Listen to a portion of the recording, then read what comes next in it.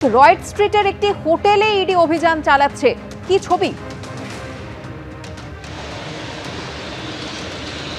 দেখো, এখানেও কিন্তু ঠিক সকাল 6টা নাগাদই ইডির আধিকারিক 7 জনের একটি দল এসে চলে আসেন এবং 4 নম্বর রয়েড স্ট্রিট দ্য কর্পোরেট হোটেলের নাম। এই হোটেল এবং তার সঙ্গে কফি শপ রেস্টুরেন্ট এখানে চলে এবং প্রায় 10-12 বছর আগে এই হোটেল তৈরি হয়েছে বলে জানা যাচ্ছে এবং একই কেসে বিশ্বজিৎ পোদ্দার, যিনি সোনা পাপ্পু নামে বেশি পরিচিত, তাকে গ্রেপ্তারি করা হয়েছিল 18 তারিখ এবং তারপরে আজকে 22 তারিখ এই হোটেলে কিন্তু এই মুহূর্তে ইডির আধিকারিকরা এসে পৌঁছেছেন এবং সেন্ট্রাল ফোর্সের যারা কর্মীরা রয়েছেন তারাও রয়েছেন হোটেলের লবি এলাকায়, রিসেপশন এলাকায় তারা এই মুহূর্তে রয়েছেন।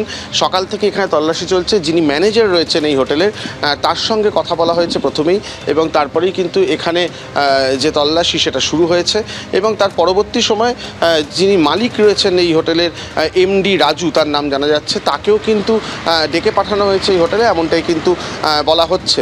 হোটেলের যারা সিকিউরিটি কর্মীরা রয়েছেন তারাও যেটা জানাচ্ছেন যে মোটামুটি সকাল 6টা নাগাদই এখানে ইডি আধিকারিকরা চলে আসেন এবং তারপর থেকে তল্লাশি চলছে। 6টার আশেপাশেই এসছেন বোধহয় হ্যাঁ, 6:10-এর মধ্যে এসছেন।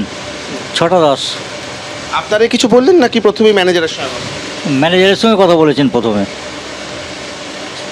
আর কি বিষয় আপনাদের কিছু জানানো? আমাদেরকে কিছু জানানো হয়নি এখনো। আর হোটেলে বোর্ডাররাও রয়েছেন? হ্যাঁ, বোটে হ্যাঁ আছে।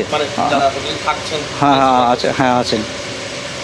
বুঝতেই পারছো, এখন এই হোটেলে গেস্টরা রয়েছেন। সকালবেলাও 1-2 চেক আউট করে গেছেন, তাদের সঙ্গেও তাদেরকে নিয়ে এইটি কোনো বক্তব্য ছিল না, কিন্তু হোটেলের অন্যান্য বেশ কয়েকটি জায়গা, রিসেপশন এলাকা থেকে শুরু করে বিভিন্ন জায়গায় তারা কথা বলছেন। যিনি মালিক রয়েছেন বলে জানা যাচ্ছে, তার সঙ্গে কি যোগাযোগ সেগুলো নির্দিষ্টভাবে দেখা হচ্ছে, তাকেও ডেকে পাঠানো হচ্ছে এবং সকাল 6টা থেকেই এই হোটেল চত্বর জুড়েই কিন্তু তল্লাশি চলছে রয়েড স্ট্রিটে।